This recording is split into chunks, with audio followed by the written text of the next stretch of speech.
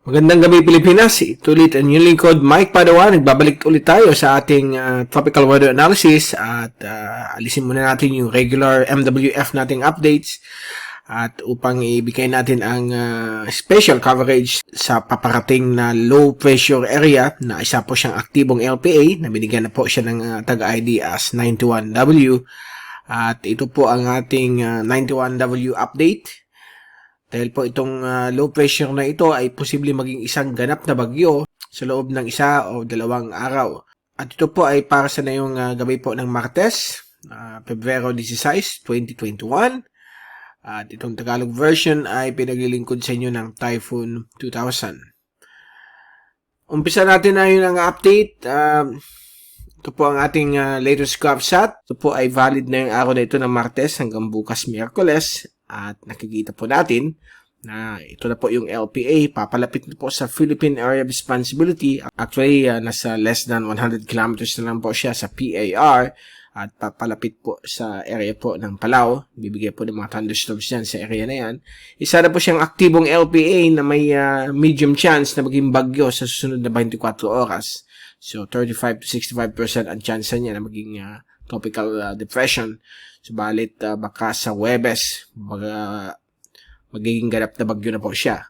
So, ito po si 91W, yan po yung tag ID. At kasalukuyan po ang kanyang westernmost trough ay nakaka-affecto na yon sa isla po ng Mindanao. Nagbibigay po ng mga malawakang pagkulog at pagkidlat. Posible po magkaroon po ng mga pagbabaha at paghuho ng lupa, lalo na po sa mga matataas na bulubundukin ng central at western Mindanao. Kita po natin, malalakas po yung thunderstorms na umiiral na yun.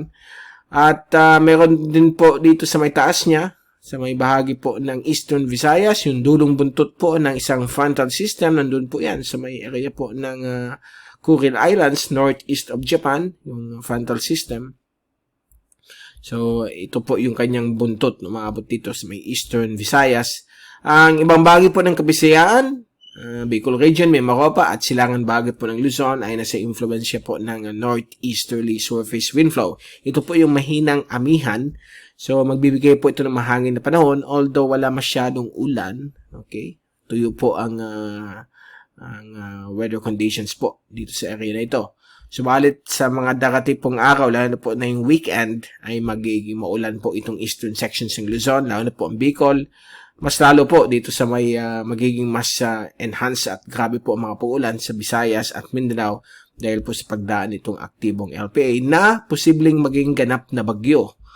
At kung matuloy po ito na po ang kauna-unahang bagyo po for 2021. Ito po ay magiging pangalan na, bibigyan po ng pangalan ng Pag-asa na bilang Auring. Okay? So, mag-ingat po tayo dito sa area po ng Mindanao at Kabisayaan, mga kababayan natin dyan, sa possible po sa pagdaan po itong LPA. At medyo nangangamba po tayo dahil po sa mga computer models na yan, posible po maging hindi lamang pong tropical depression, baka maging tropical storm po ang kanyang lakas. At ang hangin po ay pwedeng umabot po ng 85 km bawat oras malapit sa gitna. Ang medyo concern tayo dito ay yung dalang ulan nito, posibleng magbigay po ng mga massive landslide at flash floods sa malaking bahagi po ng Kabisayaan at Mindanao.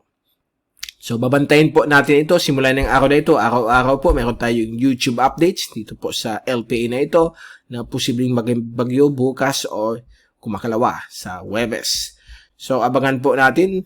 Mag-subscribe lang po sa ating channel. Just click the subscribe button para ma-update po kayo, para ma-update po kayo sa mga latest information dito po sa papalapit na LPA na posibleng magbigay ng masugid na panahon sa may katimukan bahagi po ng Pilipinas. So ito yung fast animation, medyo sabog pa rin yung kanyang sirkulasyon pero nagde-develop na po yung kanyang eastern, northern at western rain bands. Dito lang po ang medyo kulang sa may southern at sa may southern part ng kanyang sirkulasyon dahil po sa wind shear. But nandito na po yung kanyang center. Nagde-develop na po dyan. At ito po ay babagal habang papalapit po sa area po ng Mindanao. Kaya inaasahan po ito ang lalakas. Okay? Ito po yung zoom in satellite animation kanina for the past 6 hours simula kaninang 2 p.m. Yan po, unti-unti na po siyang de-develop at yung kanyang trough, dito po yan, ay nagbibigay po ng mga paulan. Yan po yung extension, yung trough. Grabing po mga thunderstorm sa malaking bahagi po ng Mindanao, lalo na po sa may gitna at kanluran bahagi. So, posibleng may mga pagbabaha po dyan kasi mga thunderstorms po yan. Grabing bagsak ng ulan. So, yung mga low-lying areas at mga landslide prone areas ay posibleng maapektuhan ng mga pagbabaha at pagguho ng lupa. Ang ibang bagay naman po ay okay naman po ang panahon, but ngayong weekend po, magiging maulan din po, kasama din mo Bicol at Eastern Visayas. Ito po yung multimodal diagnostic comparison. Kino-compare po dito ng mga iba't ibang models kung ano po yung magiging intensity niya. Unahan natin yung intensity. So, nakikita natin dito na ang possible average wind speed niya for the next 5 days hanggang February 19 to 20 ay posibleng umabot po ng 45 knots. So, yan po ay nasa 85 kph. Isa po siyang tropical storm. So, yan po ang pinapakita. May iba naman na pwede umabot ng typhoon, but hindi natin papansinin yan. Fino-focus natin yung maraming kung saan ang main average ng mga models. So, it looks like isa po siyang tropical storm. Okay, so babantayin po natin. Alam po natin every 24 hours nagbabago po ang track o galaw nitong LPA na ito.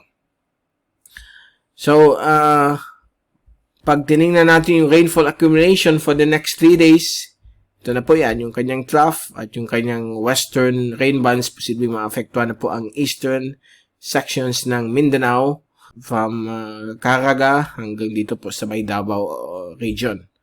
Gayun din po, itong area po ng Northern Mindanao. Ito naman po sa may Visayas, ito po yung dulong buntot ng frontal system at possible yung amihan. Pinapalakas niya. Ito rin po. Bicol, hindi masyado. But if we move forward for the next 5 days, ito po yung rainfall accumulation, yung naipon na ulan hanggang 5 araw. So hanggang weekend na po ito, Saturday and Sunday, kita po natin, ayan na po yung mga ulan ay kaka-affecto na po sa malaking bahagi po ng Hilaga at Silangan Mindanao at Kabisayaan. Okay? So, maghanda po tayo dyan, mga kababayan natin, dahil po medyo rainmaker po ito, rain event. Magbibigay po ito ng mga ulan at ang ayaw pa natin mangyari if maging tropical storm, may kasama po siyang hangin. Hindi naman po siya typhoon, but magkakaroon po ito ng mga damage din sa mga mahihinang plantations at mga farmlands, lalo na yung mga banana plantation, madaling matumba yan kapag 85 kph lamang. Now, punta natin itong windy.com wind at rain forecast. Kasama din po yung pressure forecast. I-compare natin yung dalawang computer model. Umpisahan muna natin itong European model. By tomorrow afternoon, yan na po, bumasok siya ng power, posibleng tropical depression na siya. At pagdating ng Thursday, slow down siya at posibleng maging tropical storm. Friday, yan po, tropical storm na po siya, approaching Eastern Mindanao. Pag Sabado naman po ay mag-accelerate po siya west-northwest sa general direction po ng Caraga. Okay, so yan, kita po natin, ka-affecto na po yung mga area po ng Northern and Eastern Mindanao and also some portions of Eastern Visayas. Mga ulan na dala itong si tropical disturbance o LPA91W. Pagdating po ng gabi ng Sabado, February 20, ay tatahak po siya ng northern portions ng Caraga. Ito po yung Surigao del Norte. Yan po, kita po ninyo yung mga pupula at puputi. Yan po yung mga heavy rainfall at thunderstorms dahil po sa rain bands at circulation ng bagyong yan o yung low pressure area. Posible maging tropical storm. And 2 p.m. ng Sunday, nasa may vicinity po siya ng Northern Cebu or Central Cebu. So, affected po ang buong Visayas niyan. Okay, on Sunday. On Monday, 2 p.m., nasa may Calamian Group po siya. Sa may northernmost part ng Palawan. Sa may Coron, Palawan, yan. Affected po yan. Bilang isang tropical storm. May mga thunderstorms rin pwede mangyari po sa Kabikulan. dahil po sa draft nitong LPA or posibleng or potential na bagyo. So Tuesday ng hapon, yan na po, lalabas na po siya ng West Philippine Sea. At marami po mga thunderstorms na po posibleng maganap sa February 23, Tuesday ng hapon, dahil po sa pagdaan nitong si tropical disturbance LPA 91W. Now, yung American model naman po, iba yung track niya. Titingnan natin dito. Miyerkules, pasok siya. Huwebes, ayan po siya. Friday, tatawid po siya ng Friday evening ng Davao region. Okay, dyan po siya tatawid. Mag-i-slice po siya ng Mindanao, yung kanyang track. So, Saturday whole day, tatawid po siya ng Mindanao. Pagdating po ng Linggo, dyan na po siya sa may west coast ng Zamboanga Peninsula. At hapon ng Linggo, nasa southern Sulu Sea. At Monday po, tatawid po siya ng Palawan, southern Palawan. And Tuesday, nasa West Philippine Sea. So, iba ang pinapakita ng dalawang computer models at medyo malabo pa po yan. Makikita natin yung pag malapit na kung alin model po susundin nitong potential na bagyo. So, kung isa-summarize natin itong dalawang computer models, okay, ang ECMWF ay dito po ang daan niya. Diyan siya dadaan. Okay, pasensya na po ang track. Medyo ginaguide lang po natin itong daliri natin para saan siya dadaan. At ito naman po yung American model. So, dito siya dadaan, gaganyan po siya, at dito po siya tatawid. Ayan. So, kung gagawin po natin yung tinatawag natin cone of uncertainty, so ito ang possible na track niya. Subverter. So, itong blue ang American model, itong pula ang European model. So, napakalaki pa ng track nila, yung disparity ng track nila. Hindi pa magkadikit. Pag magkadikit, medyo sureball yan kung saan siya dadaan. So, malalaman po natin yan sa mga susunod na araw, lalo na po pag malapit po ang weekend.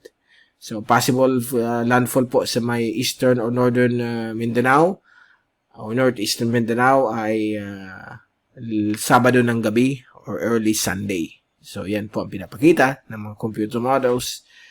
So, medyo mabagal po ang kanyang takbo. Kaya magiging tropical storm daw based sa mga computer models. Okay, so kung masusunod po ang European model, delikado po ang Bisayan. Pero kung yung American model, dito po sa baba. So, mga kababayan natin sa Visayas, Mindanao, Palawan, Bicol region, on the watch tang tayo. Kasi malakas naman po yung amihan. So, baka i-push itong potential cyclone o bagyo dito sa may area nito. But mag-prepare rin tayo sa mga ulan, dulot po ng amihan, at yung tail end ng frontal system, yan po ang magpapaulan sa atin ngayon darating pong weekend. So, kababayan naman natin sa Visayas, Mimaropa, o dito sa may Palawan at Mindanao, ay maghanda po. Take all necessary precautions dahil po rain event po itong system na ito. At masaklap pa, kung maging isa po siyang tropical storm, ay may kasama po siyang hangin. So, yan po ang situation natin ngayon sa mapapalapit po na si LPA 91W. Okay? So, ang buwan po ng February, bibihira po magkaroon ng mga bagyo. Dahil naman po nagkakaroon ng bagyo o LPA na malakas. At may mga bagyo rin in the past na tumama ng Bicol. Once lang po. That was on February 1970. Si Bagyong Atang. Malakas po yun. 185 kph o 220. Tumama po siya ng Calanduanes. February 1970. So, yun lang po, the lone one. Nag-iisang February na tumama sa Bicol. So, mostly, ang mga mahihinang bagyo sa February ay dito po sa Mindanao o Visayas. So, every other year or every mga ilang years, pwedeng meron pong tumataak dyan o dumadaan na LPA o bagyo. So, medyo yan po ang pinapakita na yon ng mga computer models. So, let's hope and pray na magbago po ang direction. Sana naman po ang kanyang track ay dito po sa may south ng Mindanao. Sana lumakas masyado yung amihan para i-push sa pababa. Kung hindi,